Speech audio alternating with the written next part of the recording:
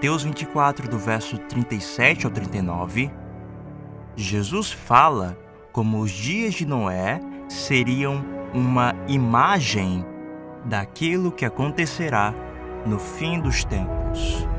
Assim como foi nos dias de Noé, assim também será a vinda do Filho do Homem.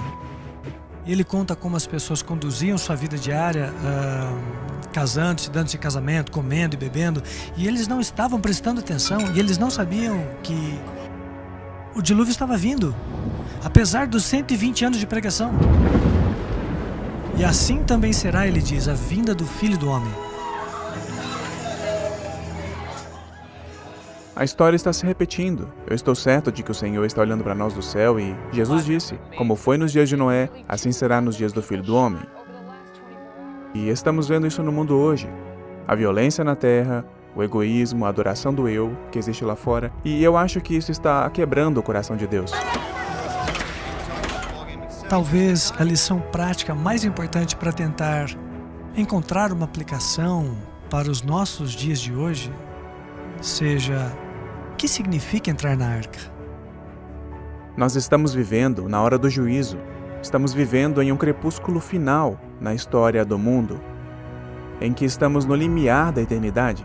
E as pessoas precisam perceber que estes são tempos incríveis, mais do que em qualquer outro momento da história. Porque a porta da graça está realmente se fechando. E agora é o momento em que as pessoas precisam se preparar para encontrar com seu Deus.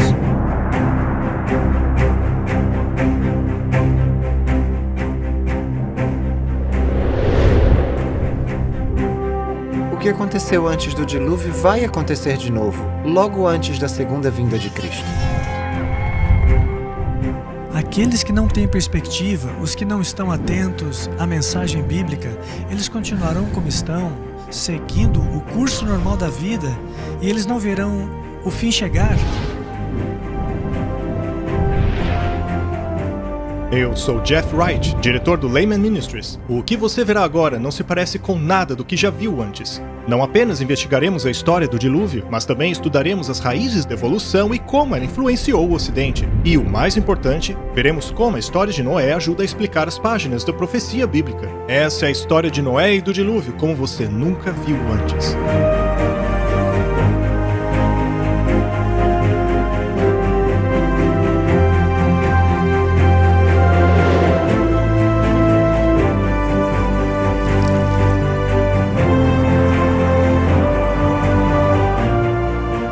Muitos cristãos aguardam pela segunda vinda de Cristo e se perguntam o que acontecerá ao planeta Terra. É muito pertinente que estudemos a história de Noé e do dilúvio, pois essa história bíblica extraordinária nos revela mais a respeito do futuro do que pensamos. Na verdade, as evidências estão por toda parte.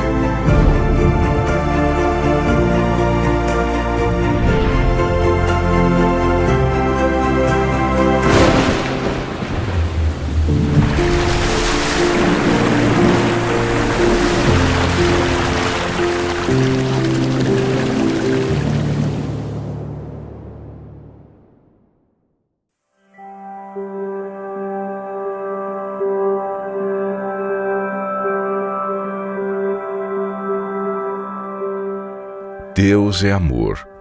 Sua natureza, sua lei é amor. Sempre foi assim e sempre será. Cada parte da criação, desde o mais pequeno inseto que flutua debaixo de um raio de sol, até as grandes galáxias nos confins do espaço, tudo é a expressão de seu amor inescrutável.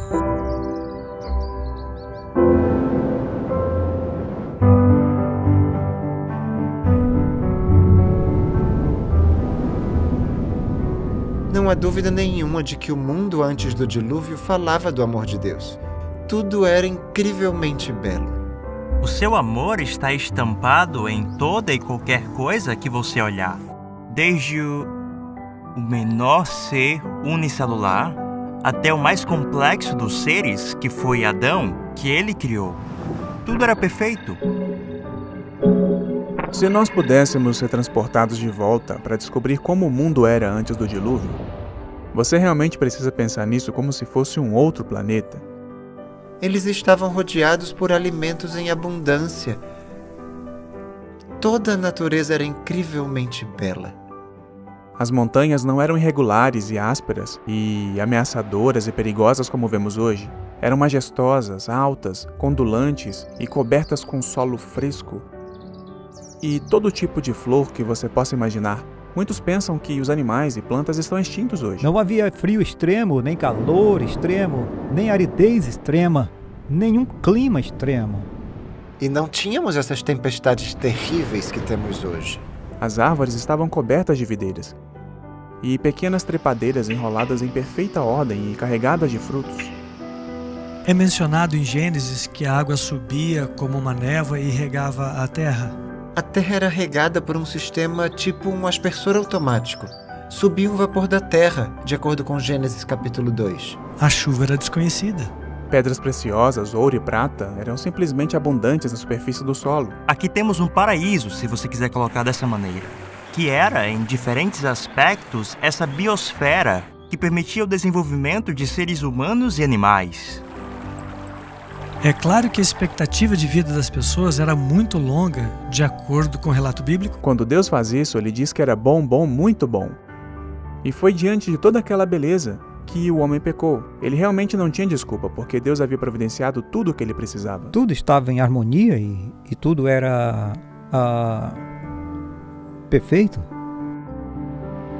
É óbvio que não vivemos no mundo perfeito. Na verdade, se considerarmos que mais de 70% da Terra está coberta de água, esse planeta nem é tão acolhedor assim para a vida humana. Além disso, há lugares frios, desertos, cordilheiras. Mas será que sempre foi assim? Ou aconteceu algo que mudou drasticamente a superfície da Terra? O dilúvio alterou completamente a geografia da Terra. Esses pequenos pedaços da natureza que são quebrados e que nos revelam o verdadeiro horror do pecado. E o que vemos em nosso mundo hoje é a consequência disso. O homem começou a tentar encontrar a felicidade por meio do egoísmo, da pecaminosidade e da maldade. Mas Deus é tão amoroso. Ele disse: ainda tem gente lá embaixo que eu posso salvar. Quero salvar o máximo de pessoas que eu puder. Eu vou adverti-los. Se eles ainda tiverem algum fio de qualidades redimíveis e se buscarem, eu salvarei. E então ele criou essa arca. Ele criou um veículo através do qual eles poderiam ser salvos. E Noé, um mensageiro através do qual eles poderiam aprender. Deus está nos avisando. Deus nos dá revelações proféticas para nos arrependermos. Ignorar seria desastroso, assim como foi para aqueles nos dias de Noé. Em muitos aspectos, a história de Noé e do dilúvio é uma demonstração literal das profecias de Apocalipse. Eu lhe convido agora a estudar as profecias de Apocalipse, regressando aos dias de Noé.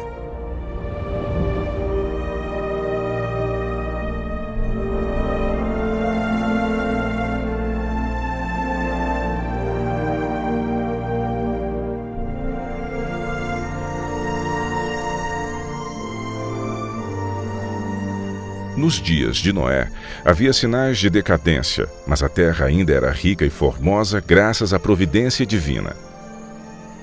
As colinas eram coroadas de majestosas árvores e sustentavam ramos carregados de frutas.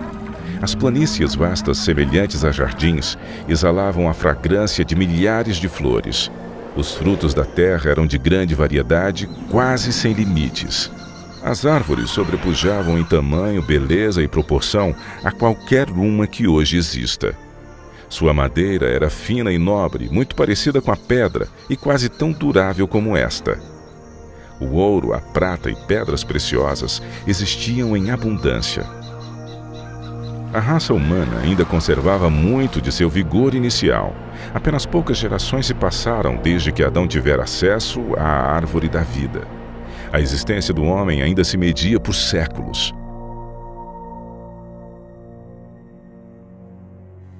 Se aquele povo longevo houvesse se dedicado ao serviço de Deus, com suas raras capacidades para planejar e executar, teriam feito do nome de seu Criador um louvor na terra e correspondido ao propósito por que Ele lhes dera a vida.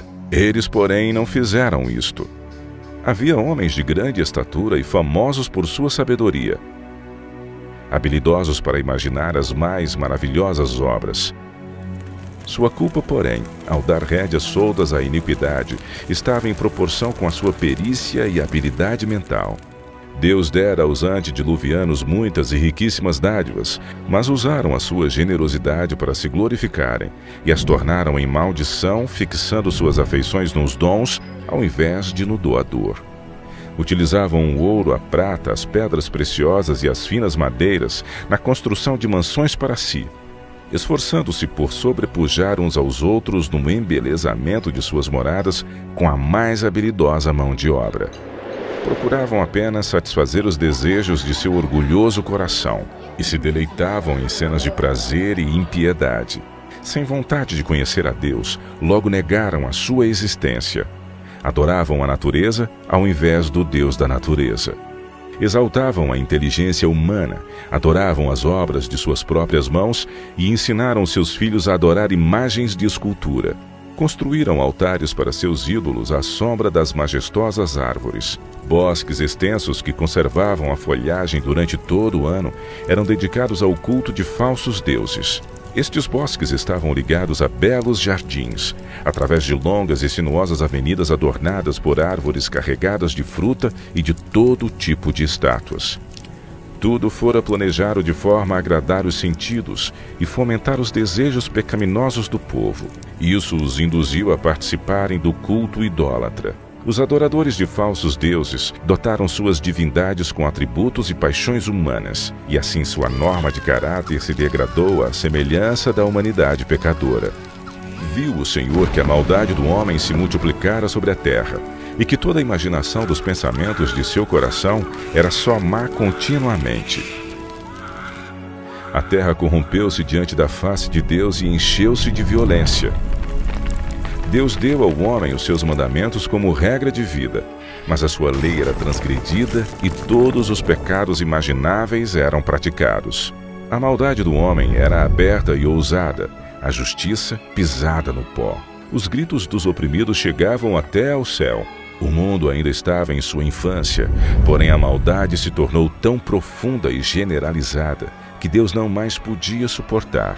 Ele disse: destruirei de toda a face da terra o homem que criei. Declarou que seu espírito não contenderia para sempre com a raça decaída.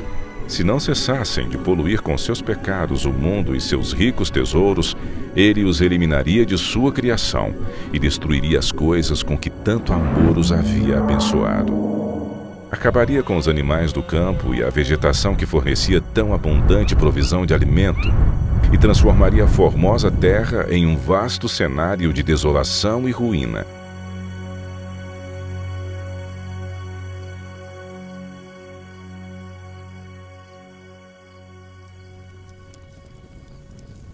"120 anos antes do dilúvio, o Senhor declarou seu propósito a Noé por meio de um santo anjo e ordenou-lhe construir uma arca. Enquanto construía a arca, ele deveria pregar que Deus traria um dilúvio de água sobre a terra para destruir os ímpios. Os que crescem na mensagem e se preparassem para aquele acontecimento pelo arrependimento e reforma de vida, encontrariam perdão e seriam salvos. Deus deu a Noé as dimensões exatas da arca e instruções explícitas com relação à sua construção em todos os pormenores. A sabedoria humana não poderia ter concebido uma estrutura de tão grande resistência e durabilidade. Deus foi o projetista e Noé o construtor-chefe. Tinha uma altura de 3 andares com apenas uma porta que ficava na lateral. A luz entrava por cima e os compartimentos foram arranjados de tal forma que eram todos iluminados. O material empregado empregado na construção da arca era o cipreste ou madeira de gopher, a qual estaria isenta de apodrecimento durante centenas de anos. A construção dessa imensa estrutura foi um processo lento e trabalhoso. A arca, por si mesma, não poderia resistir à tempestade que viria sobre a terra. Unicamente Deus podia preservar seus servos das águas tempestuosas. Noé, pela fé, quando foi avisado divinamente das coisas que ainda não se viam, temeu, e para a salvação de sua família preparou a arca, pela qual condenou o mundo e foi herdeiro da justiça que é segundo a fé. Enquanto Noé pregava sua mensagem de advertência ao mundo, seu trabalho testemunhava de sua sinceridade. Assim, a sua fé foi aperfeiçoada e manifestada. Deu exemplo ao mundo ao acreditar naquilo que Deus havia dito. Tudo o que possuía, ele empregou na arca. Enquanto construía aquele imenso barco em terra seca, multidões de todos os lados vinham para assistirem à estranha cena e ouvirem as palavras fervorosas daquele pregador tão especial. Cada martelada desferida naquela arca era um testemunho para o povo. Ainda assim, não se arrependeram diante de Deus, não quiseram renunciar a seus pecados. Durante o tempo que se passou antes da chegada do dilúvio, a fé deles foi provada e não suportaram a prova. Vencidos pela incredulidade da maioria, voltaram-se aos seus companheiros anteriores, rejeitando a solene mensagem. Alguns ficaram profundamente convencidos e teriam atendido às palavras de aviso, mas tantos eram os que zombavam e ridicularizavam que acabaram participando do mesmo espírito.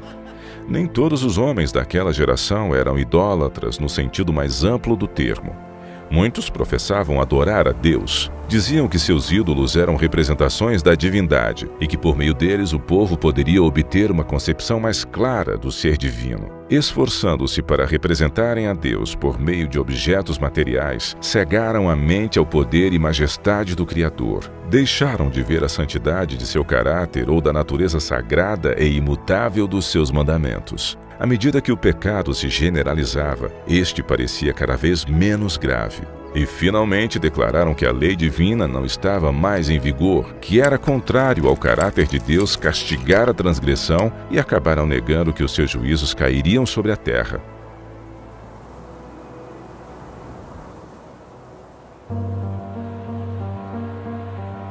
Se aquela geração houvesse obedecido à lei divina, os homens teriam reconhecido a voz de Deus na pregação de seu servo. Mas ao rejeitarem a luz, suas mentes tornaram-se tão cegas que realmente acreditavam que a mensagem de Noé era um delírio. As multidões de maiorias não estavam do lado da justiça. O mundo voltou-se contra a justiça e a lei de Deus. Noé foi considerado um fanático. O mundo ria-se da loucura daquele homem iludido.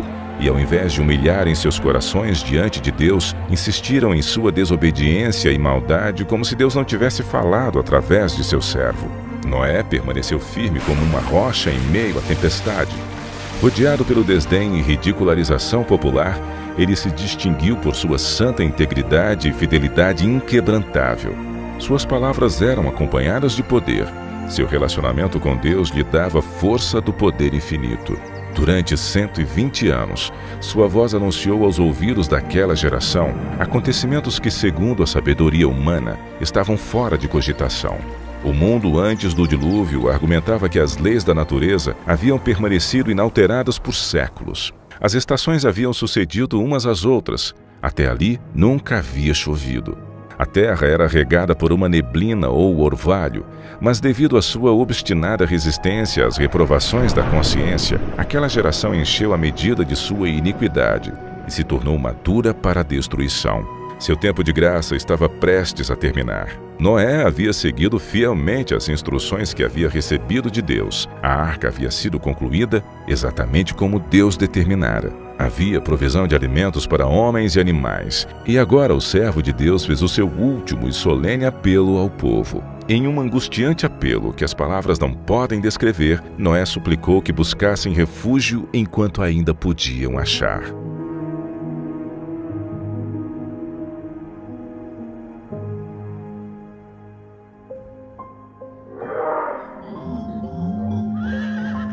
Animais de todos os tipos, desde os mais ferozes até os mais mansos, foram vistos vindo das montanhas e florestas, encaminhando-se silenciosamente para a arca.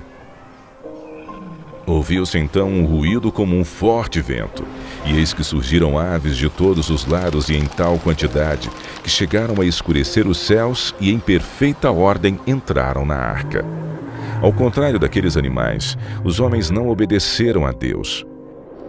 Guiados por anjos de 2 em 2, entraram na arca macho e fêmea, assim como Deus ordenara. Os animais limpos de 7 em 7, o mundo contemplava maravilhado.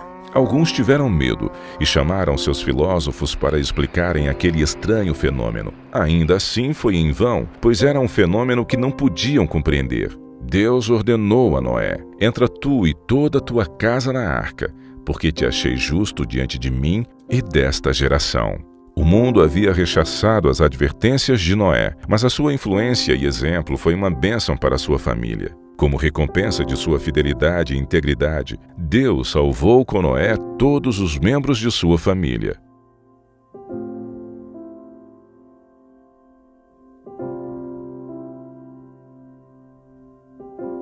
O clamor da misericórdia havia acabado para aquela raça culpada. Os animais do campo e as aves do céu haviam entrado em seu refúgio. Noé e sua família estavam dentro da arca. Depois o Senhor fechou a porta.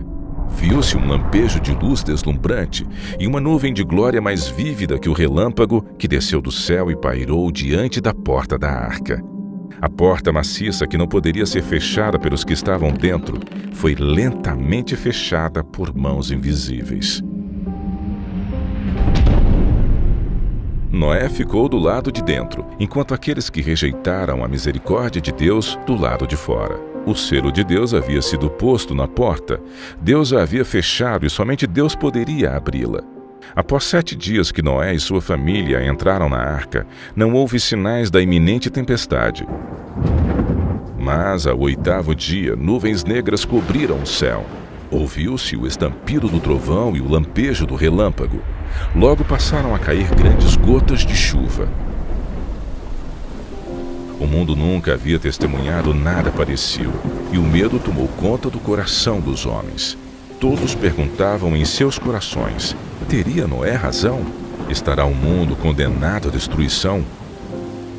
O céu se escurecia cada vez mais. A chuva tornava-se ainda mais intensa. Os animais corriam aterrorizados, seus gritos discordantes pareciam lamentar seu próprio destino e o da humanidade. Se romperam então as fontes do grande abismo, e as janelas do céu se abriram. A água parecia cair das nuvens em enormes cataratas. Os rios romperam seus limites e inundaram os mares. Jatos de água irrompiam da terra com força indescritível, arremessando pedras maciças para o ar, que quando caíam se enterravam profundamente no solo. Os altares onde haviam oferecido sacrifícios humanos foram destruídos, e os idólatras temeram diante do poder do Deus vivo, compreendendo que a causa de sua ruína foi a destruição e a idolatria. À medida que a violência da tempestade aumentava, árvores, edifícios, rochas e terra foram lançados em todas as direções.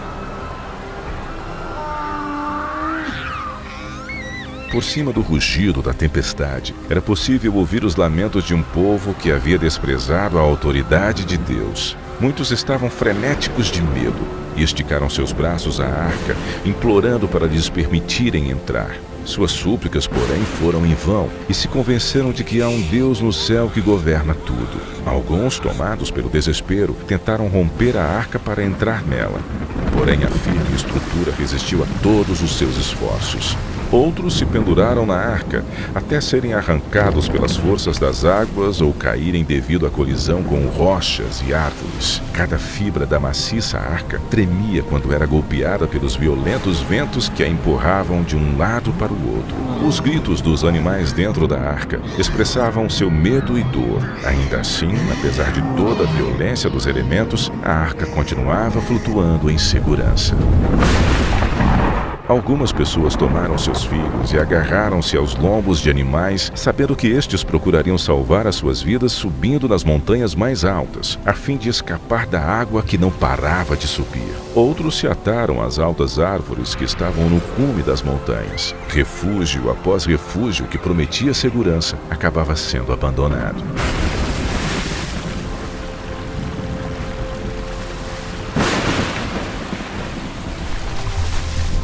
medida que as águas subiam mais e mais, as pessoas fugiam para as elevadas montanhas em busca de refúgio.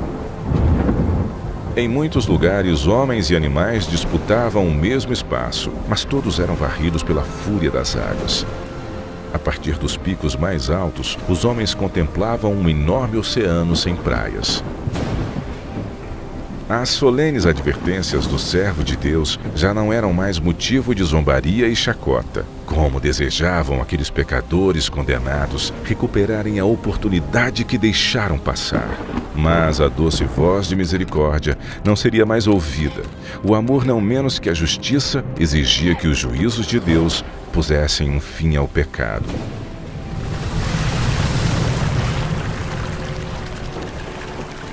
As águas vingadoras varreram o último refúgio. Aqueles que desprezaram a Deus morreram naquelas águas escuras. Pela palavra de Deus, aquele mundo pereceu coberto com as águas do dilúvio. Mas os céus e a terra, que agora existem, estão reservados pela mesma palavra para o fogo até o dia do juízo e da perdição dos homens ímpios. Outra tempestade está por vir, e pecado e pecadores serão destruídos. Deus é amor. Ainda assim, há um limite de tempo para suportar a maldade. Vimos que Deus enviou um dilúvio para acabar com a maldade daquela época. Mas resta uma pergunta. Poderia ter havido uma catástrofe mundial sem que ela houvesse deixado um vestígio sequer?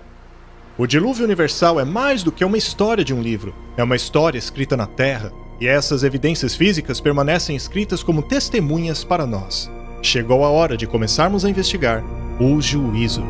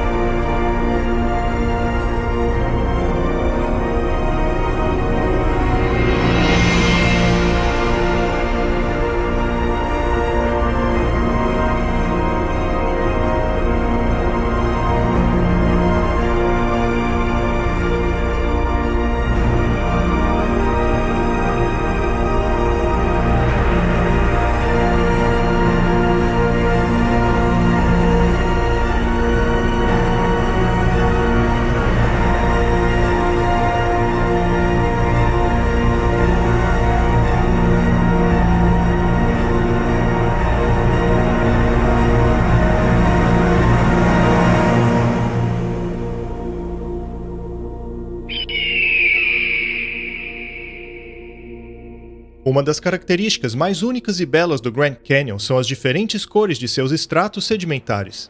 Elas são vistas ao longo da parede do canyon por quilômetros. Essas camadas de calcário e arenito acabam criando esse arco-íris nas rochas. É essa característica do Grand Canyon que o torna tão belo de ser contemplado. E são justamente essas camadas que nos dão a maior pista de como o Grand Canyon foi formado. As camadas rochosas que vemos em todos os lugares da Terra geralmente estão em camadas. As rochas sedimentares estão quase todas depositadas pelas águas. Vemos que essas camadas de rochas são de turbiditos, o que quer dizer que uma grande catástrofe provocou uma ação turbidítica, carregando aquela enorme quantidade de sedimentos por meio de água. Então a água traz a lama ou areia, ou mesmo materiais mais grosseiros, carrega e deposita em uma camada.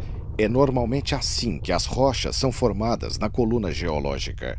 E então existem diferentes tipos de sedimentos que acabam fazendo com que as rochas pareçam bem diferentes, bem em cima uma da outra. Mas a pergunta é, depois da formação dessa camada, quanto tempo se passa até a próxima camada se formar em cima dela? A tendência geral é crer que, ao longo de milhões de anos, um oceano avançou sobre o continente, depositou uma camada de sedimento e então se retirou, deixando o solo seco mais uma vez. Durante este período seco, que teria durado dezenas de milhões de anos, esta camada sedimentar estaria exposta aos elementos do clima e à erosão. E se apenas ficar lá, sem ser coberto rapidamente, então muitas coisas acontecem. As plantas crescem nela, as raízes se espalham, vira moradia de animais. As correntes de água vão cavar canais nela. Então ela não fica intacta.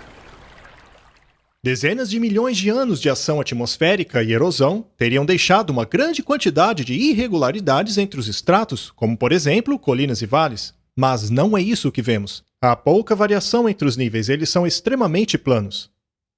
E esse período de tempo que supostamente ocorre entre duas camadas pode ser de 10 milhões de anos, pode ser de 15 milhões, pode ser de até 150 milhões de anos, como a gente vê numa certa parte do Grand Canyon, nos depósitos do Grand Canyon. Você espera tanta erosão, na verdade, tanta erosão, que todo o registro já deveria ter acabado há muito tempo atrás. A taxa média de erosão é de cerca de 61 milímetros a cada 1000 anos. Aplicando a taxa de erosão de 61 milímetros a cada 1000 anos, ao longo de um período de 150 milhões de anos, não deveríamos ter 90 metros de erosão, tampouco 900 metros de erosão, mas 9 quilômetros de erosão. Todos os sedimentos juntos que compõem os estratos do Grand Canyon deveriam ter suportado uma erosão 6 vezes maior. Mas o que vemos são estratos horizontais. Isso indica que foram depositados rapidamente em uma sequência muito veloz. Então, é realista achar que 150 milhões de anos se passaram e nada aconteceu com essa camada? Não foram erodidos grandes vales. Realmente não parece que houve esse tempo entre essas diferentes camadas. O clima está em constante mudança, e a superfície da Terra muda com ele. As tempestades, inundações, furacões, terremotos, vento e outros fatores transformam e esculpem a superfície de nosso planeta.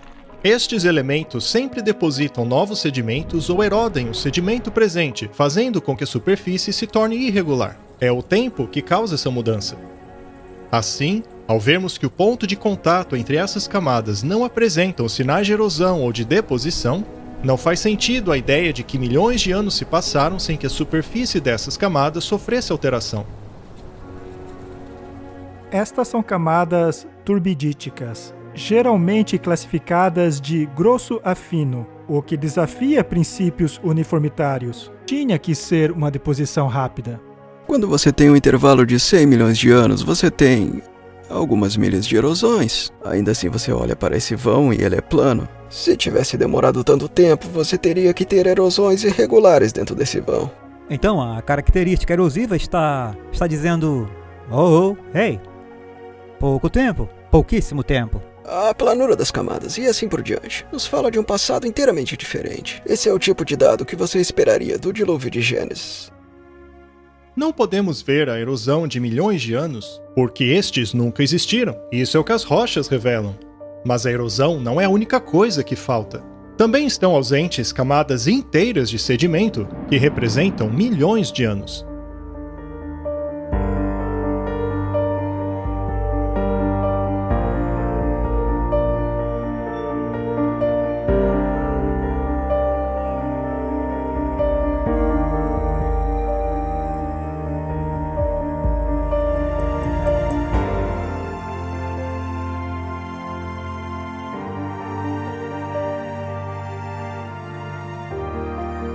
Aqui no Grand Canyon podem ver que atrás de mim há essa rocha de coloração mais clara chamada de arenito coconino. Ela está bem acima dessa mais escura chamada de folhelho permiano.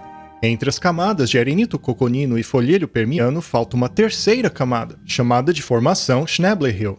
Veja nesta imagem o arenito coconino de cor mais clara, seguido logo abaixo pela formação Schnabel Hill, aquela que está ausente no Grand Canyon.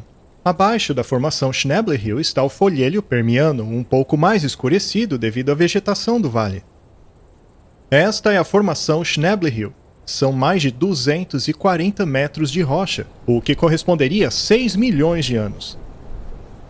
Isso é um grande problema para a ciência, já que aquela camada não deveria estar ausente. Isso porque, na mente de um geólogo moderno, cada camada está atrelada a um período de tempo.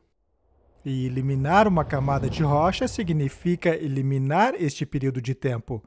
A explicação sugerida para este problema é a de que as camadas ausentes de fato existiram. Elas foram formadas acima das camadas inferiores, e a suposta razão para o seu desaparecimento teria sido a ação da erosão até a camada anterior. Então, com o passar do tempo, o próximo estrato teria tomado o lugar da antiga camada. Mas o grande problema dessa explicação é que o contato entre as camadas é absolutamente nivelado. Isso não demonstra evidência alguma de erosão, como sulcos profundos, desgastes e outros fatores. Não encontramos nenhum desses cenários. Porque eles são um desafio para as longas eras geológicas. Porque não há nenhuma erosão ali. A formação Schnebly Hill se encontra em meio a esses dois estratos e não apresenta sinal algum de erosão. Isso não apenas indica que houve pouca ou nenhuma passagem de tempo entre a formação dessas duas camadas, mas que também foram depositadas de maneira rápida por um evento catastrófico. É por essa razão que não encontramos a formação Schnebly Hill entre aqueles estratos do Grand Canyon. A mesma condição pode ser observada a apenas 144 quilômetros dali. O Grand Canyon é um fantástico exemplo geológico de catastrofismo. Ele desafia as teorias modernas que procuram explicar essas incoerências. Já neste local, temos calcário Redwall descansando sobre uma camada de calcário Moave. Entre essas duas camadas deveria haver a formação Temple Butte, que representa 155 milhões de anos. No lugar onde ela deveria estar não há nada, assim como também não há evidências dos quase 10 quilômetros de erosão que deveria haver após todo esse tempo. Não há nenhum indício de erosão, nenhuma evidência de deposição. Tudo o que temos é uma área plana. Mas não pode haver uma área plana de 30, 40, 50 mil quilômetros que não muda, que continua sendo uma área plana por 100 milhões de anos. 100 milhões de anos é tempo suficiente para erodir a América do Norte de sua elevação atual até o nível base, até o nível do mar, umas 6 ou 7 vezes. Aqui a área de contato entre o calcário Redwall e o calcário Mauve é horizontal, o que significa que transcorreu pouco ou nenhum espaço de tempo entre os dois estratos. Os 150 milhões de anos ausentes entre esses dois estratos não correspondem à coluna estratigráfica. Por esta razão, os serviços do parque colocaram uma placa que confirma essa inconsistência. Exibimos apenas algumas dessas inconsistências, e em nenhuma delas há sinais de erosão ou deposição durante os supostos períodos de milhões de anos. Este é um problema sério para os evolucionistas, porém não é nada quando comparado à grande discordância, um vazio de tempo de mais de 1 bilhão de anos. Mas isso não é tudo. O contato entre as duas camadas também é horizontal. É interessante que quando descemos ao nível do Rio Colorado, nós encontramos o que chamamos de pré-cambriano. O material vulcânico é muito acidentado e muito misturado. E os sedimentos cambrianos que aparecem sobre eles permanecem ali. Posteriormente, eles se tornam pouco misturados, camada após camada. Tornei-me bastante consciente daquela grande inconformidade que fica entre o pré-cambriano e o cambriano, lá no Grand Canyon. Isso é nítido.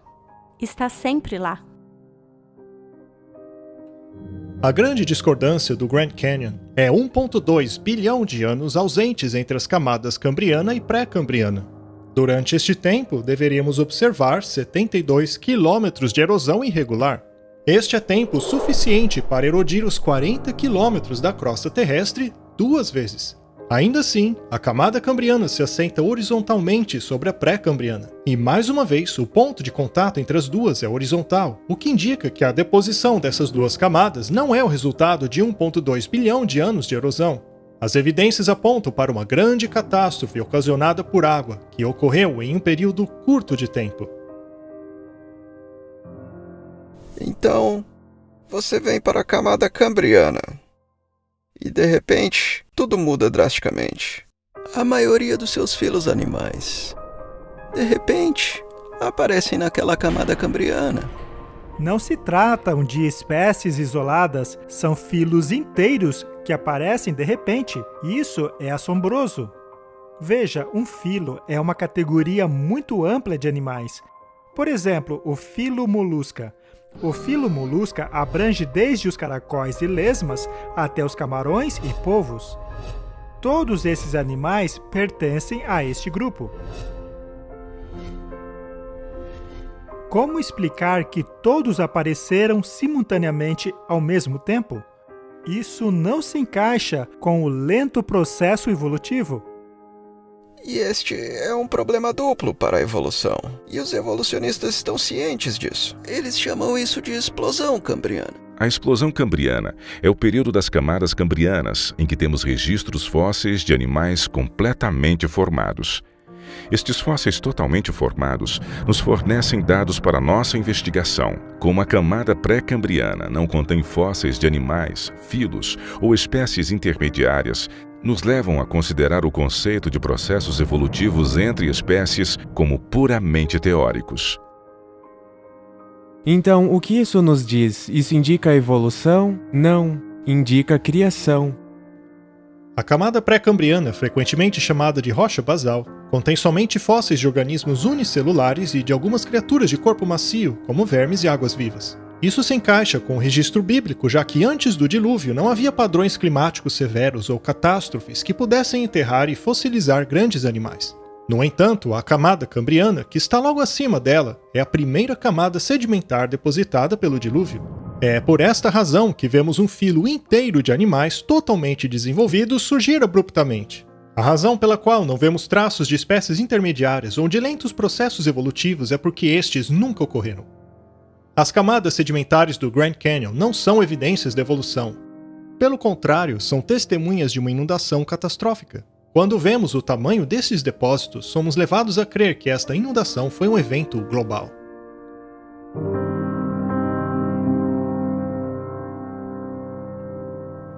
Quando olhamos para o Grand Canyon, é possível ver todas as camadas em sua lateral.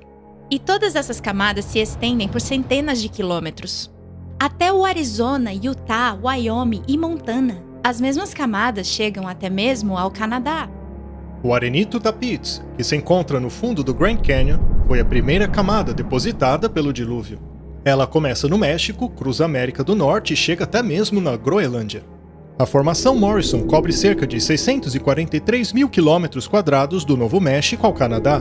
E o arenito de São Pedro cobre aproximadamente 800 mil quilômetros quadrados. Ao observarmos aquelas camadas, vemos que todas elas estão niveladas horizontalmente. Isso não apenas mostra que aquelas camadas foram assentadas rapidamente, mas também revela que não houve milhões de anos de erosão entre elas. A ausência de erosão entre as camadas do Grand Canyon mostra que estas foram depositadas rapidamente por uma catástrofe. E o fato destas camadas percorrerem centenas de quilômetros, passando por vários estados e chegando até mesmo ao Canadá, revela que a dimensão da catástrofe foi muito maior do que qualquer coisa que o homem moderno já viu.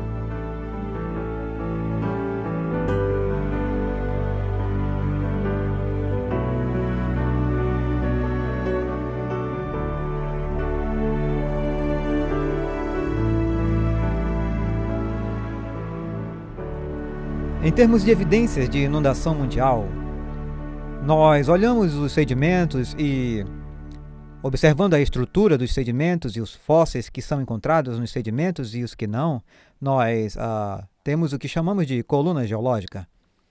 E encontramos o período cambriano, o ordoviciano, o siluriano, o devoniano, o carbonífero e o permiano. Essas são apenas algumas das principais estruturas que vemos. Podemos encontrá-las nos Estados Unidos, podemos percorrer a Europa e, adivinhe, encontramos as mesmas sequências.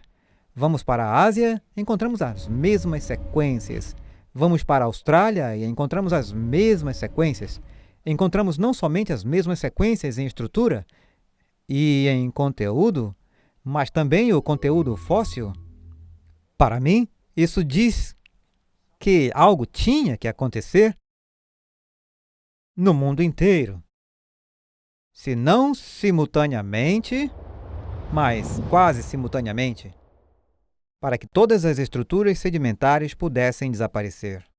Eu tento focar naquelas partes dos registros que nos deixam cientes dos aspectos globais do dilúvio. Por exemplo, o que chamamos do giz de Cretáceo, que são achados por todo o mundo. A camada de giz é depositada debaixo d'água. Ela é formada a partir dos esqueletos de carbonato de cálcio dos foraminíferos, que são organismos marinhos. E há uma enorme quantidade desses organismos. Esta camada de giz não está apenas entre os continentes, mas por todo o continente. Como explicar isso se ela é depositada apenas debaixo d'água? Isso nos leva a crer que todo o planeta esteve embaixo d'água ao mesmo tempo. Essas são evidências tão fortes que de fato houve um dilúvio universal, de que o indivíduo precisa de muita, mas muita imaginação para vê-las como uma série de avanços e retrocessos periódicos do mar. E esses são somente um dos tipos de depósitos que nos diz que tivemos alguma coisa acontecendo em uma escala mundial. Porque você tem o carvão em várias partes do mundo, todos no exato mesmo lugar e registro geológico. Descobriremos que eles estão assentados sobre uma camada de ferro com areia que chamamos de arenito glauconítico. E vamos encontrar o arenito glauconítico na Inglaterra. Podemos encontrar as mesmas estruturas aqui nos Estados Unidos, no Alabama e em toda aquela área. Podemos encontrá-las na Austrália. E adivinhe, todos eles estão assentados sobre o arenito glauconítico, todos têm os mesmos tipos de fósseis, todo o negócio está lá. Mas é uma evidência de que houve continuidade em todo o mundo. Eu estou aqui na margem sul do Grand Canyon, a 2.000 metros acima do nível do mar. Isto é o que chamamos de formação de calcário Kaibab. Esta rocha sedimentar é encontrada sobre todo o estado de Nevada, Utah e Arizona, chegando até mesmo na Califórnia. Ela está repleta de fósseis marinhos. E o fato de fósseis marinhos serem encontrados aqui indica que essa camada se formou rapidamente para que fosse possível o processo de fossilização. Existem certos tipos de formação de calcário. Há uma formação de calcário característica que você encontra no Grand Canyon e em outras áreas do Paleozoico. Você as encontra também na Europa, na Ásia e em outras partes do mundo. Então você encontra esses calcários muito típicos de serem globais em sua distribuição. Conforme você vê o registro, há coisas que são características aqui que estão ao redor do mundo. Você continua um pouco mais e vê coisas diferentes que são características em torno do mundo, e se continuar vai ver outros tipos de rochas que têm características em todo o mundo e assim por diante. Existem muitos exemplos disso. E então, por que essas coisas são tão globais? Eu acho que a melhor explicação é uma catástrofe global. A larga distribuição de giz e outras camadas sedimentares condiz com aquilo que esperaríamos de uma catástrofe mundial. Já os fósseis, normalmente considerados uma evidência da evolução, são, na verdade, uma forte evidência do relato bíblico do dilúvio. Encontrar os mesmos fósseis nas mesmas camadas, em todo o mundo, para mim é outro ponto forte e marcante de que houve uma inundação global, um fenômeno global. E ao olharmos para o registro fóssil, encontraremos fósseis menores e menos complexos no fundo. E à medida que atravessarmos a coluna geológica, encontraremos uma complexidade cada vez maior. Isso acaba levando a muitas pessoas a concluir que houve uma progressão evolutiva no registro fóssil, que vai desde o simples até o complexo. Acontece que isso não existe. Não existem animais simples. Todo animal já encontrado é incrivelmente complexo. E muitas pessoas falam sobre eles como a primeira aparência de vida. Eu gostaria de propor que olhássemos não como um registro de vida, mas como um registro de morte. É a primeira aparência da preservação das coisas que estão morrendo. Nós temos esta complexa destruição aquosa, o dilúvio, acontecendo. E ao mesmo tempo em que estes sedimentos estão se instalando, eles também prendem as formas de vida à medida que morrem, da simples a mais e mais complexa. É óbvio que quando o ambiente é coberto com turbidito, os seres que vivem no fundo serão enterrados no fundo. Já os que são capazes de nadar mais alto são enterrados a um nível superior, e os que já se encontravam na parte superior serão encontrados lá mesmo. É exatamente o que vemos no registro. Encontramos peixes fossilizados que se encontram em sua posição de nado, até mesmo com comida em suas bocas. Isto é prova de uma morte instantânea. Os fósseis se formam apenas em decorrência de um enterro rápido.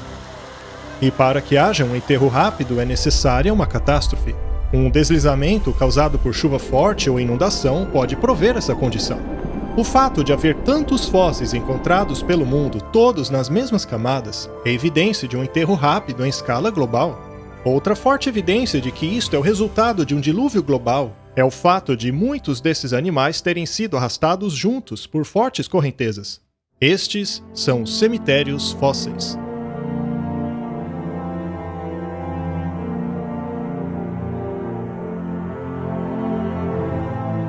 Cemitérios fósseis são algo que a maioria das pessoas não estão familiarizados. É a ideia de que você tem uma mortalidade em massa. Quer dizer, um número grande de animais foram destruídos e enterrados praticamente ao mesmo tempo. E provavelmente o mais popular desse tipo de fósseis é o dos dinossauros. Mas existem áreas de concentração que sempre me fez pensar. Vamos olhar como estão os sedimentos. Talvez esta é uma área baixa e essas coisas foram levadas e depositadas em pequenas áreas baixas e concentradas dessa forma pela água que moviam esses corpos. Achamos coisas assim por todo o globo. Por exemplo, há camadas em Utah Central onde há braquiópodes, que são tipo moluscos. Deve haver uns, bilhões desses organismos que compõem essas camadas. Isso é um cemitério de fósseis. É uma quantidade muito grande, é uma quantidade excessivamente alta de fósseis. Estou trabalhando, no momento, em uma escavação em Wyoming, onde temos mais de 10.000 dinossauros. Isso certamente indica que houve uma catástrofe. Não tem como juntar tantos fósseis em um só lugar sem uma catástrofe. Descobrimos que em nosso depósito os ossos não estão como deveriam estar se os animais tivessem morrido ao longo do tempo. Ao invés disso, os ossos estão desarticulados e eles estão organizados por tamanho.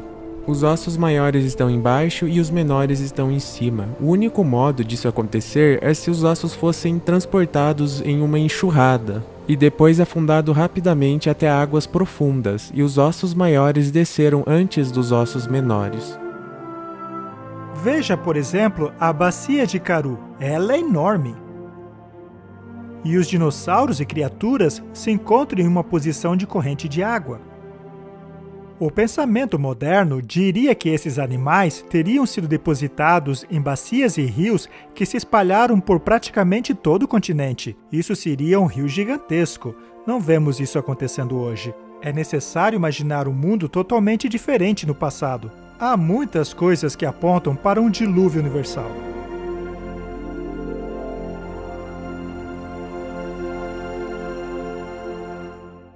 As violentas forças do dilúvio arrastaram milhares de animais para grandes áreas onde foram fossilizados. No entanto, sob circunstâncias diferentes, alguns desses restos de animais se tornaram carvão. O carvão é uma massa de material vegetal que foi depositada numa unidade. Essa massa foi compactada e se transformou quimicamente em carvão. Depósitos de carvão podem ser muito extensos, eles podem ser muito grossos também, até 300 metros de espessura para uma camada individual.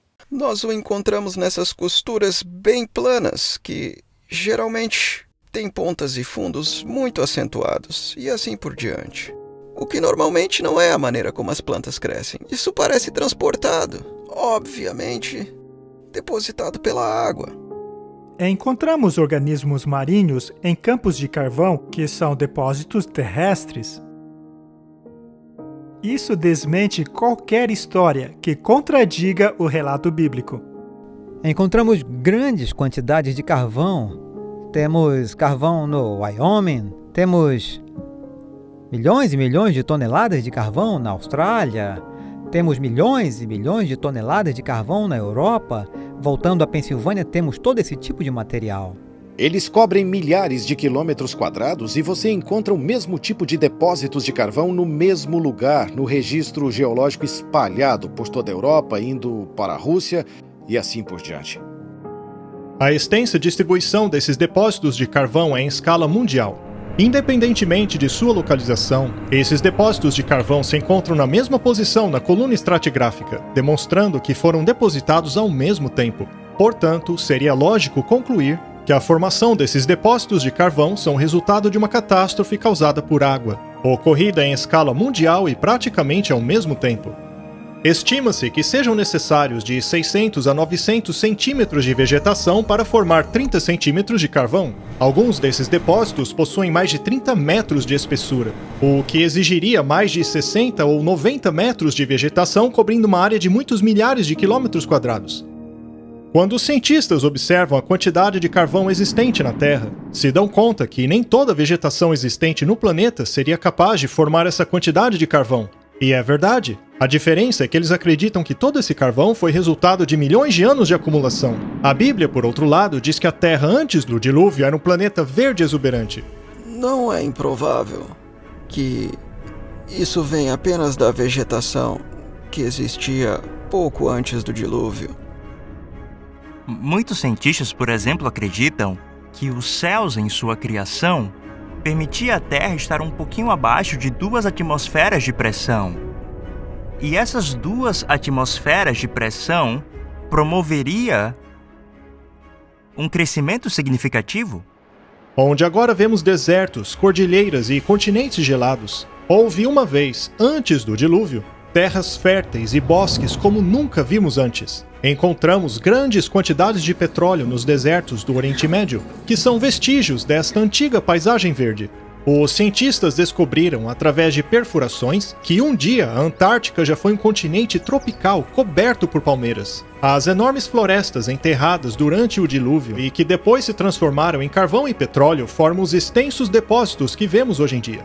Estas são apenas algumas das evidências que testificam do grande amor de Deus pelo homem mediante a criação de um planeta verde exuberante, e que mais tarde foi destruído por uma catástrofe de água, exatamente como a Bíblia diz. O dilúvio é um evento que harmoniza o que vemos na geologia.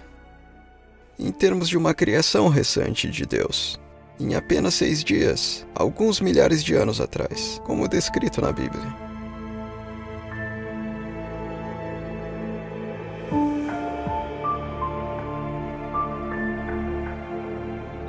Existem tantas evidências que é impossível investigá-las todas em tão pouco tempo, mas basta observar o panorama para ver que a Terra fala por si mesma.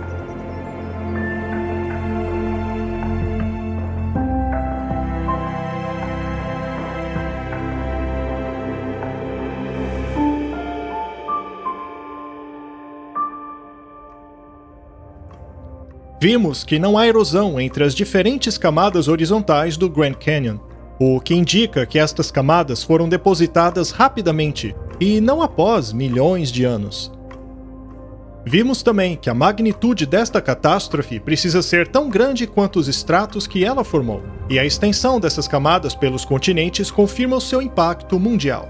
Vimos também que não há rastros de erosão entre essas camadas sedimentares durante os supostos milhões de anos. A ausência desta erosão não se encaixa com o modelo evolutivo. Também vimos que a primeira camada sedimentar contém fósseis de animais completamente formados. Não há etapas evolutivas progressivas. A existência de fósseis nessas camadas são a evidência de que esses animais foram enterrados rapidamente. Alguns peixes possuem até mesmo alimento em suas bocas. E os grandes cemitérios fósseis também são uma prova sólida de que milhares de animais mortos, como peixes, mamíferos e até aves, foram arrastados, enterrados e fossilizados juntos. Vimos também que os depósitos gigantescos de carvão e petróleo só poderiam ter sido criados através da compactação da vegetação de uma terra verde e exuberante que tenha sido destruída e enterrada. Vimos como a camada de giz do Cretáceo, formada pelo dilúvio, cobre todos os continentes, apontando para um desastre global. Quando consideramos todas essas evidências, vemos que a própria Terra revela que, em algum dia, ela foi destruída por uma catástrofe mundial causada por água.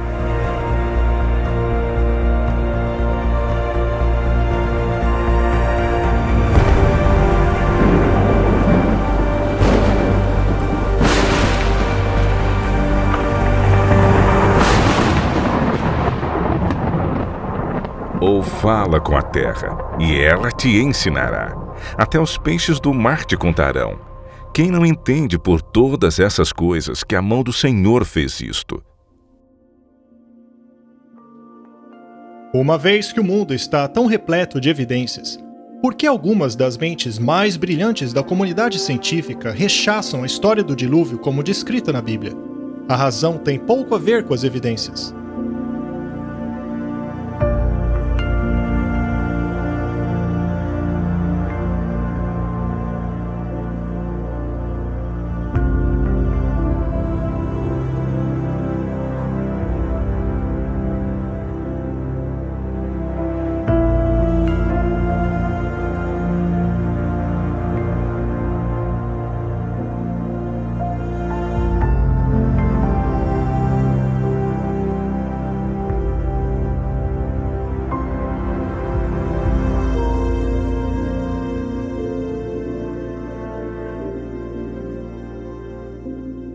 A Bíblia nos dá uma explicação da história, que a Terra e a vida foram criadas, tudo foi criado perfeito e então mudou por causa do pecado. Se isso for verdade, por que tantos cientistas se opõem totalmente a esse ponto de vista? O motivo tem mais a ver com visão de mundo do que com dados. Deixar as perspectivas religiosas. Fora disso não se resolve esse problema. O preconceito não é um problema religioso, mas humano.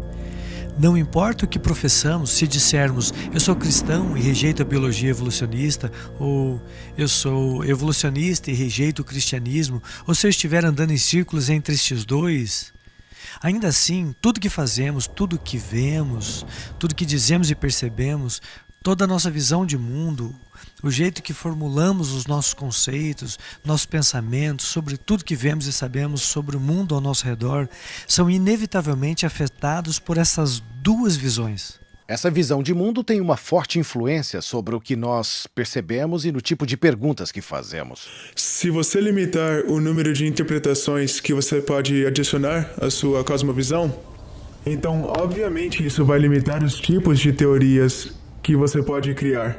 Então, por exemplo, se você está olhando para uma cosmovisão materialista e você está olhando para esses equipamentos moleculares incríveis que eu gosto de usar, ou a informação que está gravada no DNA, há um grande número de teorias que você pode criar baseado nesses dados que você coletou.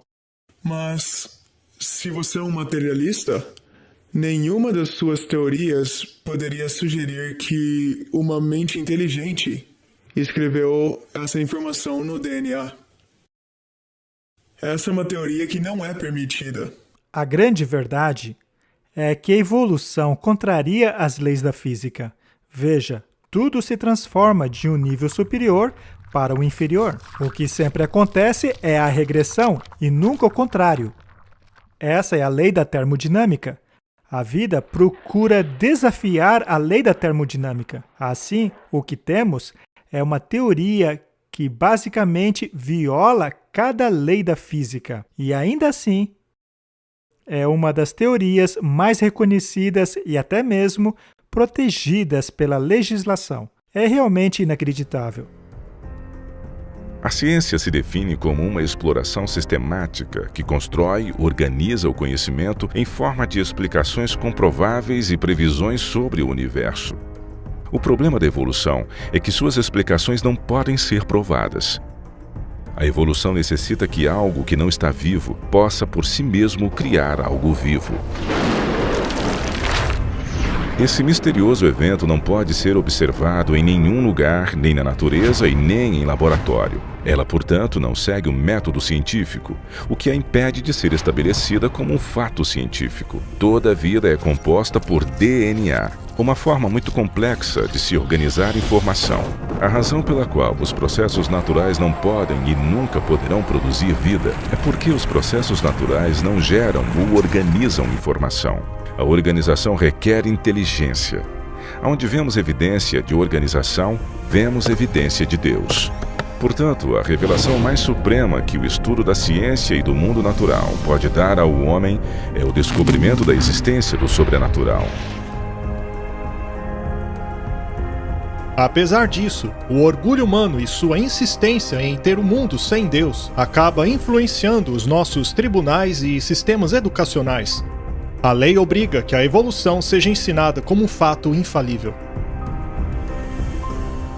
As pessoas me fazem perguntas sobre por que é que a ciência parece estar cada vez mais e mais confiante em seu compromisso com uma ex-origem completamente evolutiva da vida. É porque temos mais dados? Não, realmente não é isso. É porque a ciência tem uma certa visão de mundo e a confiança nessa visão está cada vez mais forte. E acho que parte disso é por causa das batalhas políticas sobre o que será ensinado nas escolas públicas. Quando nos mandam ensinar esta teoria, o que eles estão fazendo, pelo menos na minha opinião, é obrigar a todos os professores a mentir, já que os professores têm que ensinar essa teoria, que é uma hipótese da ciência moderna, enquanto existem teorias melhores para explicar aquilo que vemos e que são excluídas. O mais justo a se fazer seria apresentar as duas teorias aos estudantes, para que eles mesmos pudessem escolher. Mas a maneira como está se fazendo hoje vai contra toda a lógica. Você não fala de Deus em nossos livros didáticos, livros científicos e históricos e assim por diante. Deus está fora de cena. Mas e se Deus realmente existir? Não é assim que se encontra a verdade. Então é assim que a cosmovisão pode limitar as coisas. Uma das coisas que eu realmente aprecio sobre a cosmovisão bíblica que os cristãos aceitam é que ele é libertador. Não podemos dizer que toda a realidade é apenas o que eu posso ver mecanicamente, e assim por diante. Não há nada que nos diga que tudo isso é realidade. Eu prefiro uma abordagem mais ampla. Vamos incluir Deus nas possibilidades. E olhar para os dados científicos. E os dados científicos, eles tendem a nos apontar para Deus. Quando você diz, bem, eu não vou me envolver com religião ou com a Bíblia, porque isso não é ciência. Acho que você está sendo desnecessariamente restritivo e está eliminando a possibilidade de você investigar o que pode ser verdade.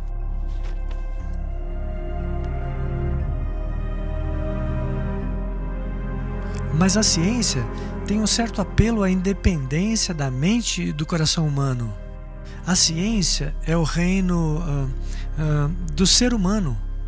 Isso é o que temos feito, isso é o que sabemos. Enquanto que a religião, a fé e o cristianismo são o reino de Deus. Acredito que o maior empecilho de aceitar o relato bíblico são as consequências de aceitá-lo.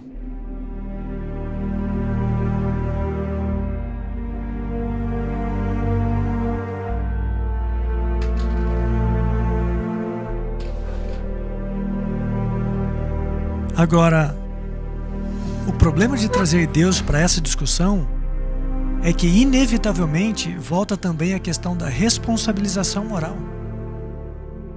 E dizer que tem moralidade em um paradigma evolucionista é enganar-se mesmo. Não pode haver um ser supremo e seres inferiores sem definir essa relação de alguma forma. E intuitivamente reconhecemos que há uma lei moral. E examinados por essa luz, não ficamos bem na cena. E, portanto, para escapar desse contexto de julgamento, para escapar do contexto de responsabilização moral, há uma tendência natural de querer se esquecer do Criador. E, consequentemente, coisas como a história do dilúvio, as evidências que ainda são visíveis na Terra, estas são coisas que talvez, de alguma forma, nosso subconsciente fica muito feliz encontrando uma explicação alternativa. Nós nos sentimos confortáveis deixando essa ideia de responsabilização moral. Eliminar a responsabilidade moral implica em reescrever a história do mundo.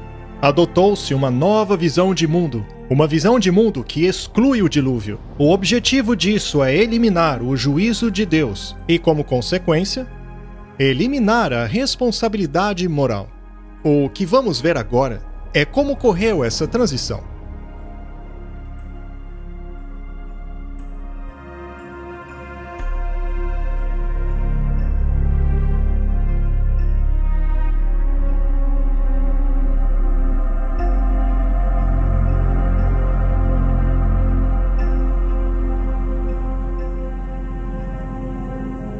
Se olharmos para a cultura popular de hoje, a história do dilúvio não é aquela normalmente aceita como literalmente verdadeira. Então fica fácil olhar para ela e dizer que ninguém acredita. Bem, isso meio que levanta a questão sobre o que se pensava nos milênios passados. E a resposta é: todo mundo acreditava. Na verdade, a história do dilúvio universal foi relatada vez após vez em culturas espalhadas ao redor do mundo. Cada cultura parece ter uma história sobre o dilúvio e todos tiraram algumas lições disso. As lições variam aqui e ali, mas eles acreditavam nela.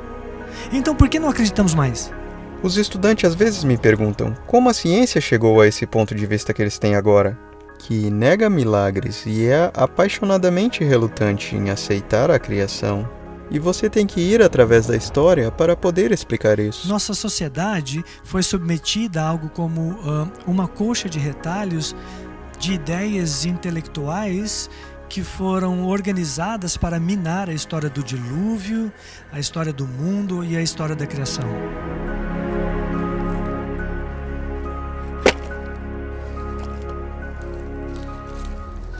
O grande acobertamento. Enterrando o juízo.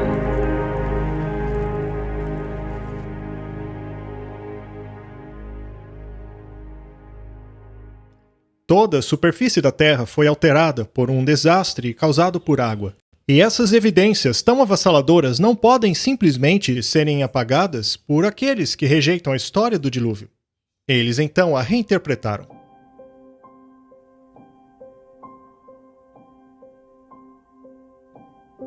Alguns fatores na sociedade eram muito autocráticos, dogmáticos e perseguiam as pessoas, suprindo-as e dificultando muito a vida delas. E quem eram essas agências que faziam isso? Bem, eram o governo e a igreja. Uma das coisas que o homem mais deseja é obter o domínio sobre os outros homens. Durante a Idade Média, era a igreja que governava o mundo. Então, durante a Idade Escura, ou período da Idade Média, por 1500 anos, tivemos esse marco monolítico, quase que universal, de governança da Igreja Católica por toda a Europa. Uma das arenas de combate no desenvolvimento da nova liberdade de pensamento, mesmo sob a influência da Igreja Católica nos últimos 1500 anos, com certeza era o campo da ciência.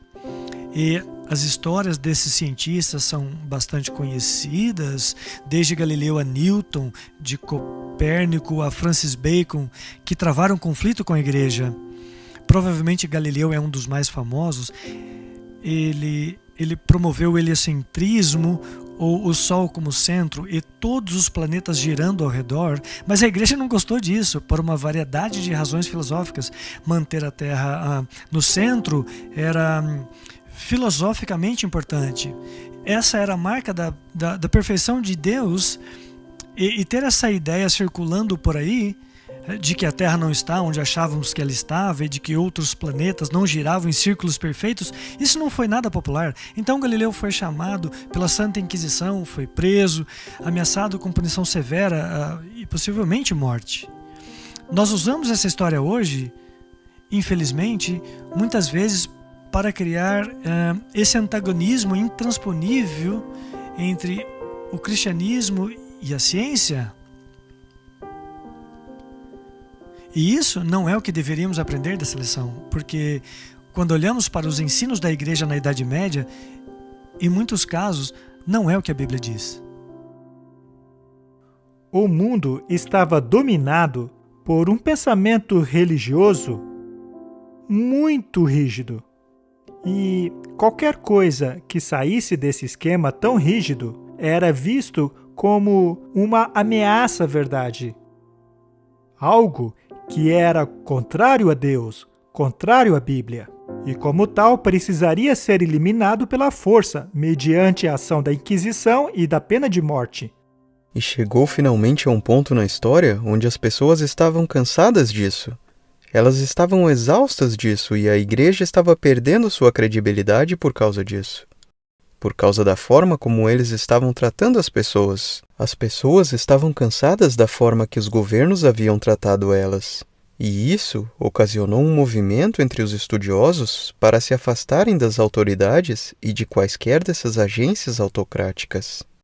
O mundo via Deus como um Deus vingativo,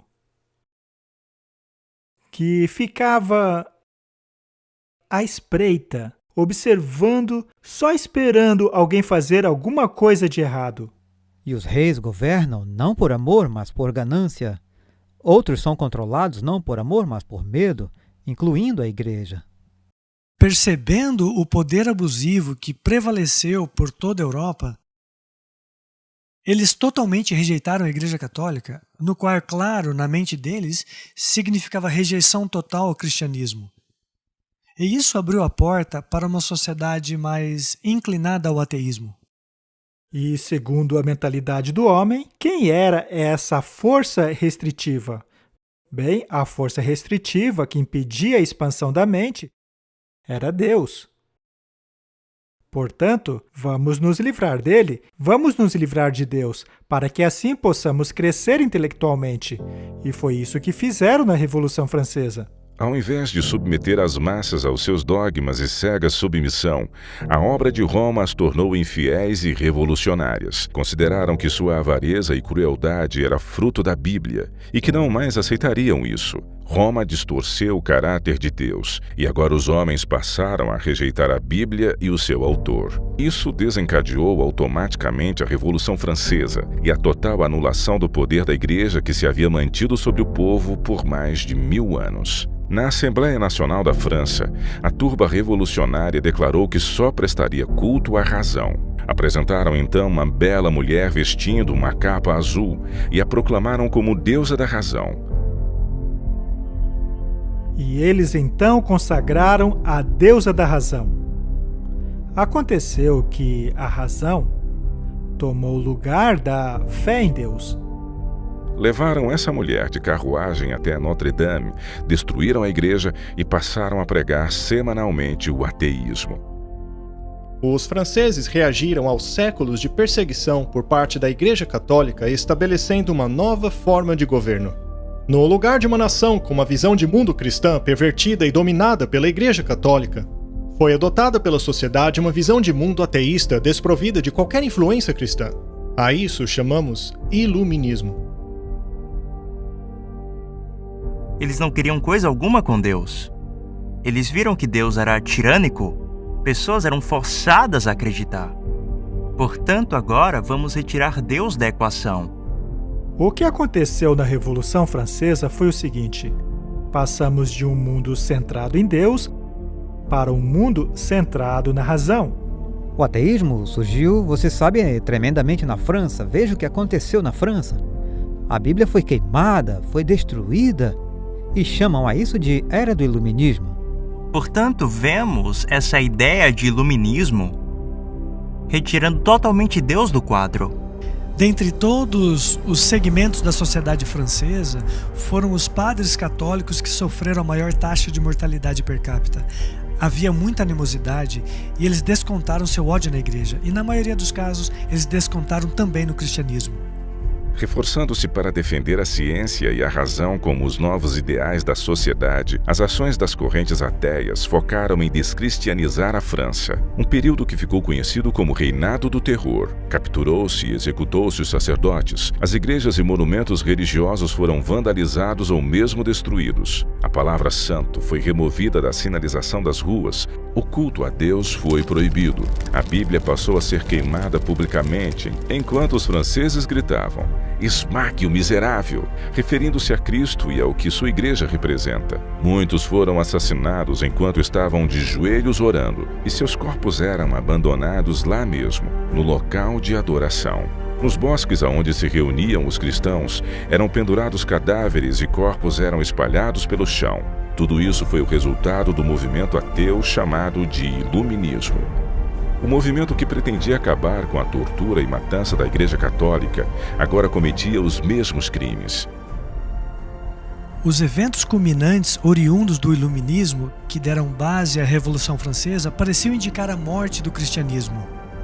tudo aconteceu como queria Satanás. Sua política é o engano, e seu propósito é trazer ao homem dor e miséria. É desfigurar a obra de Deus, impedir os planos divinos de benevolência e amor e assim causar dor ao céu. Desta maneira, através das artes do engano, ele leva o homem a culpar a Deus como se toda essa miséria fosse resultado do plano do Criador. Quando o povo descobriu que o romanismo era um engano, Satanás os levou a crer que a religião é enganosa e a Bíblia uma fábula. O papado parecia que ia morrer. A sociedade se libertou e passou a considerar alternativas diferentes. Essa era do iluminismo, esse pensamento livre, na verdade foi o início do que eu chamaria de ciência moderna. Na verdade, esse movimento de se afastarem das autoridades, nós o vemos como sendo um período chamado iluminismo.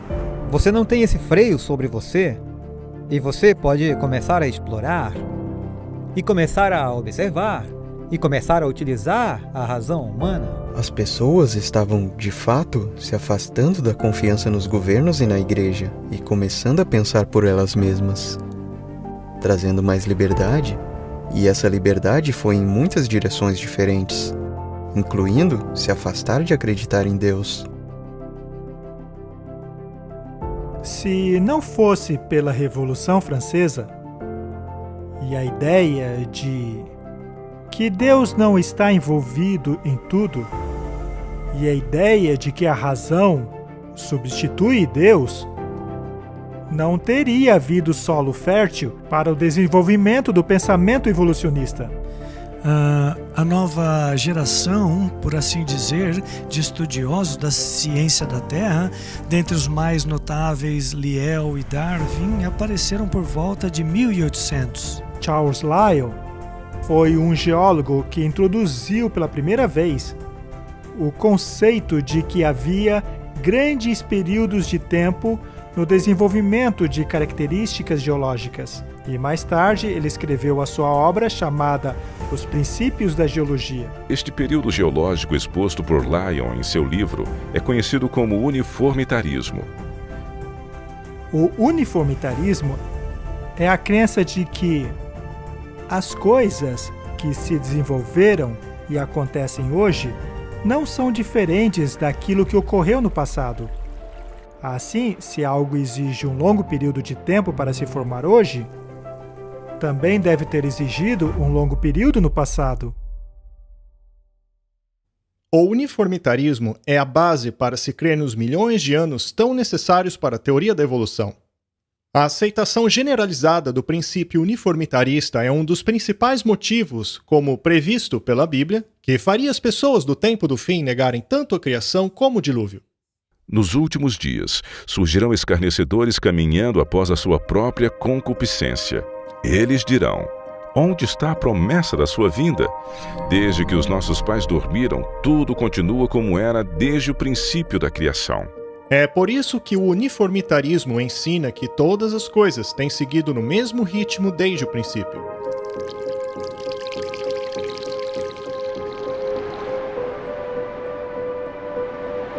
Mas e se aconteceu uma catástrofe? E se houve uma enorme tempestade e todo o material que, segundo o uniformitarismo, desapareceria eventualmente, sumisse de repente? É isso o que vemos hoje.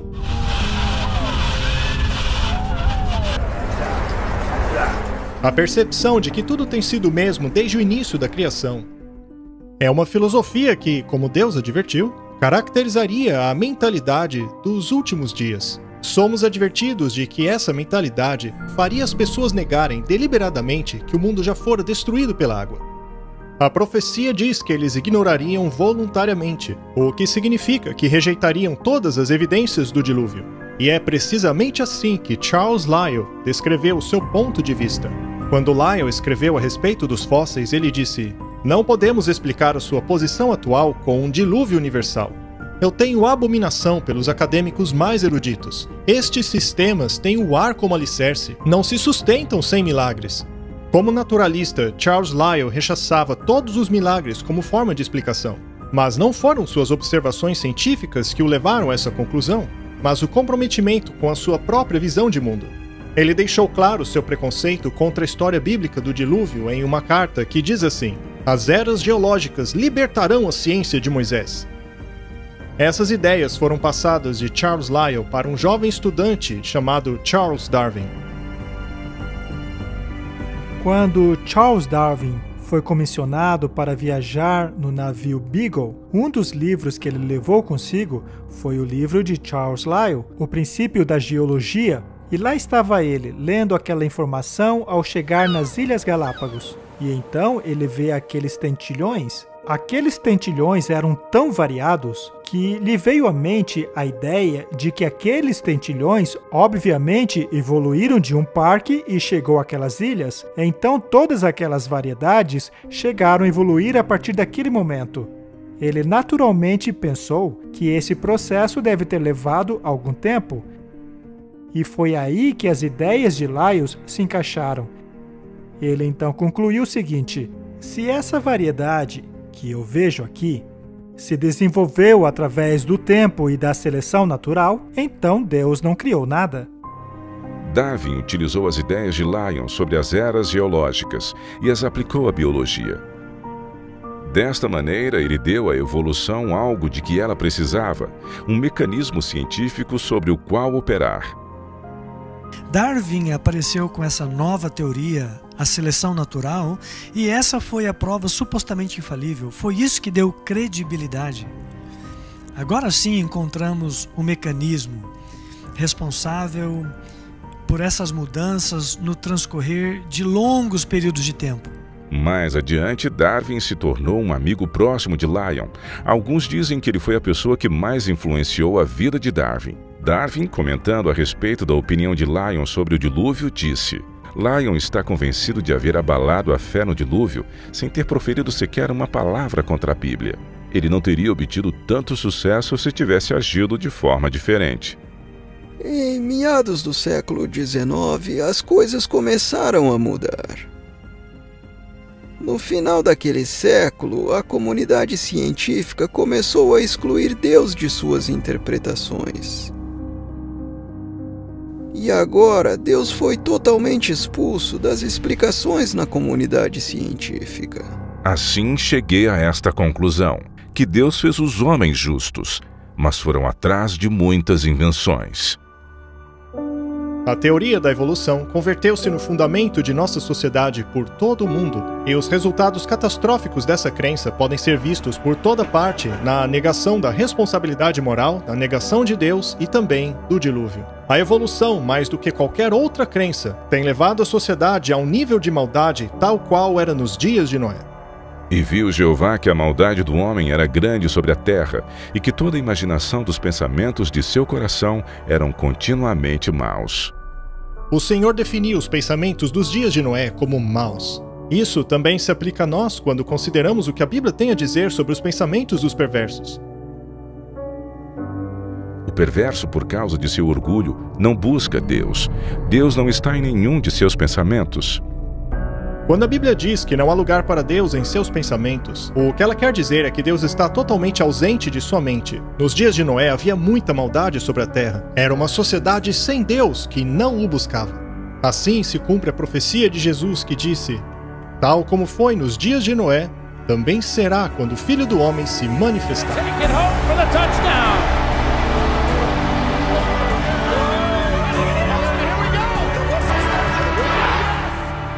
Nós estamos chegando a um ponto neste mundo hoje onde Deus está sendo marginalizado. Mesmo nos sistemas políticos e leis que estão sendo feitas para todas as intenções e propósitos, leis que estão sendo escritas fora da existência e fora do psiquismo humano.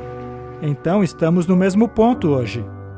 Algumas das coisas que estavam acontecendo antes do dilúvio, em particular, a Bíblia nos diz que a terra estava cheia de violência e as pessoas evidentemente não eram apenas culpadas de cometer violência.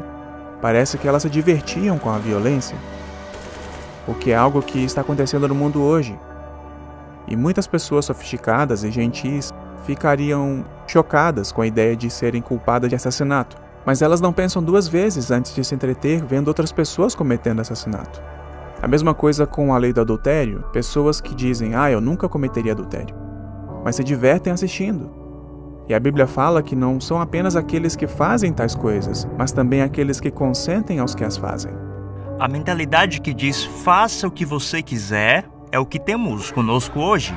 A perda da confiança na palavra de Deus começou no fim do século XVIII, no começo dos anos 1800. O aumento do evolucionismo tirou a noção das pessoas de que Deus é nosso Criador, de que temos um Criador, que temos um Deus pessoal e que há um julgamento. E se você crê em evolução, é absurdo crer num juízo. Mas se não acreditamos que Deus provocou o dilúvio no princípio, por que eu vou acreditar que ele vai destruir o mundo pelo fogo? Não faz sentido. Portanto, se eu posso levá-lo a negar o dilúvio, então basicamente estou em vantagem sobre você em negar a destruição eterna do mundo da forma como conhecemos.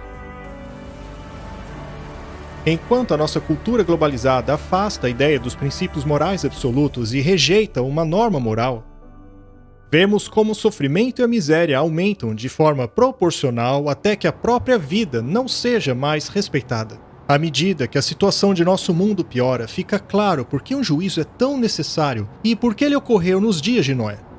A maldade desenvolveu-se a tal ponto que não havia mais solução. Ela aumentaria continuamente para todo sempre. Isso resultaria em um universo de eterna miséria. Quem gostaria de viver num universo como este por toda a eternidade? Veja a dor e agonia de pais quando estão diante das tumbas de seus filhos, por exemplo. Precisa haver um juízo.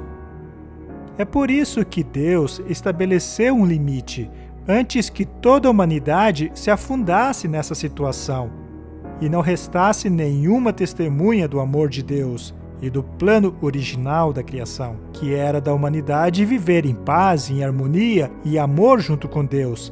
Se isso acontecesse, não restaria nada para levar adiante a história do amor de Deus. Portanto, Deus tinha que intervir. Deus é amoroso, Deus é paciente. Mas como ele disse a Moisés, embora ele seja longânimo e abundante em perdão e misericórdia, de forma alguma ele inocentará o culpado. Que há um tempo de juízo. O Senhor disse: Meu espírito não contenderá com o homem para sempre, porque ele é carne. Seus dias passarão a ser 120 anos. Houve um período de 120 anos de advertências, de súplicas. O julgamento não vem sem aviso nenhum, apesar daqueles que escolheram ignorar os conselhos de Noé por 120 anos. Eles acharam que sim. O julgamento sempre foi e sempre será misturado com misericórdia. Mas a misericórdia não impede o julgamento. Inevitavelmente chega uma hora em que a chuva cai. E ele destruiu este mundo com o dilúvio. E esta destruição permanece como uma garantia de um outro juízo que ocorreria depois deste. E a Bíblia diz que este próximo juízo será pelo fogo. Ele não será novamente por meio de um dilúvio. Pode até haver inundações intermitentes, mas o juízo final será pelo fogo. E pela água, o mundo daquele tempo foi submerso e destruído. E pela mesma palavra, os céus e a terra que agora existem estão reservados para o fogo, guardados para o dia do juízo e para a destruição dos ímpios. O mundo foi batizado pela água nos dias de Noé. 2 Pedro 3 diz que ele será batizado por fogo quando o Senhor voltar. E aí ele vai fazer um novo céu e uma nova terra. Então a terra renasce, pode-se dizer, depois de passar por esse batismo nas águas dos tempos de Noé. Mas ele protegeu Noé e a sua família. Ela será batizada com fogo na segunda vinda, mas ele mais uma vez protegerá o seu povo. Portanto, a mesma mensagem que temos no livro de Gênesis será pregada mais uma vez nos últimos dias.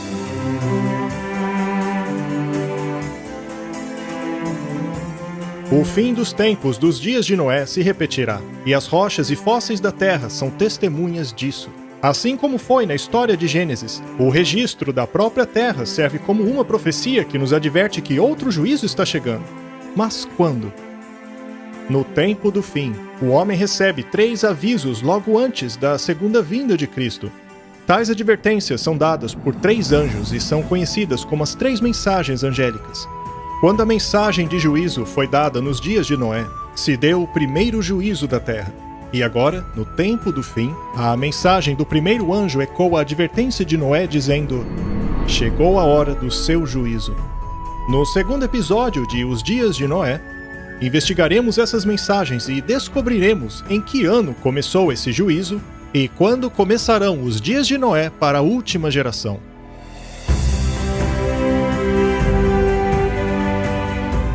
A história da Arca é praticamente um paralelo às 3 mensagens angélicas. As 3 mensagens angélicas de Apocalipse 14 são as últimas mensagens de Deus para o mundo. É uma mensagem para os últimos dias, e é uma mensagem que na verdade prepara o mundo para a vinda de Cristo. Noé seguiu as instruções de Deus na construção da arca. Veremos como as mensagens dos 3 anjos apontam para uma antiga estrutura projetada por Deus, que revela as instruções a serem seguidas pelo povo de Deus como preparação para o tempo do fim. A mensagem do primeiro anjo nos aponta a verdade, a mensagem do segundo anjo nos aponta a contrafação, e a mensagem do terceiro anjo diz: escolha. E Noé convidou o povo a uma escolha, sabe? Escolham. Façam a sua decisão, mas saibam que essa decisão é definitiva. Está chegando a hora do juízo. As pessoas estão sendo avisadas com antecedência porque Deus ama o homem e quer salvá-lo. E Deus mais uma vez verá a maldade humana e dirá que os pensamentos do seu coração e mente são continuamente maldosos e mais uma vez trará juízo. Portanto, é uma mensagem de advertência, é uma mensagem de amor, mas é também uma mensagem de que há um juízo iminente.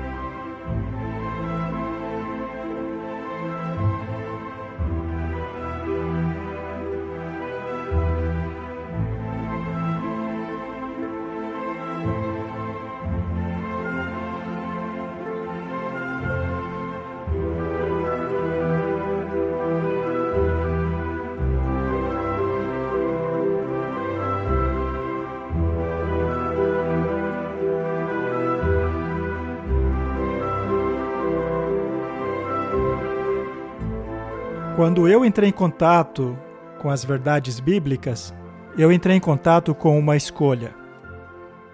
Eu era um ateu e a profecia me disse que havia um Deus. Então eu tive que fazer escolhas, e as escolhas te custam. E quando eu fiz a escolha de deixar o evolucionismo e pregar sobre o criacionismo, isso teve consequências, porque eu sou um zoólogo. E eu estava em uma universidade secular, no departamento de zoologia.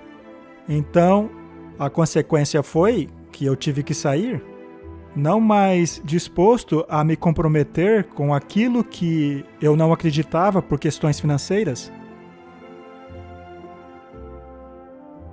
Sabe, existem algumas coisas encorajadoras e sóbrias na história do dilúvio para mim. Uma é que você não pode esperar até que a mensagem se torne popular. Se for verdade, você tem que abraçá-la, não importa o que o resto do mundo faça. Alguém uma vez disse que uma ideia idiota ainda é uma ideia idiota, mesmo que 1 milhão de pessoas criem nela.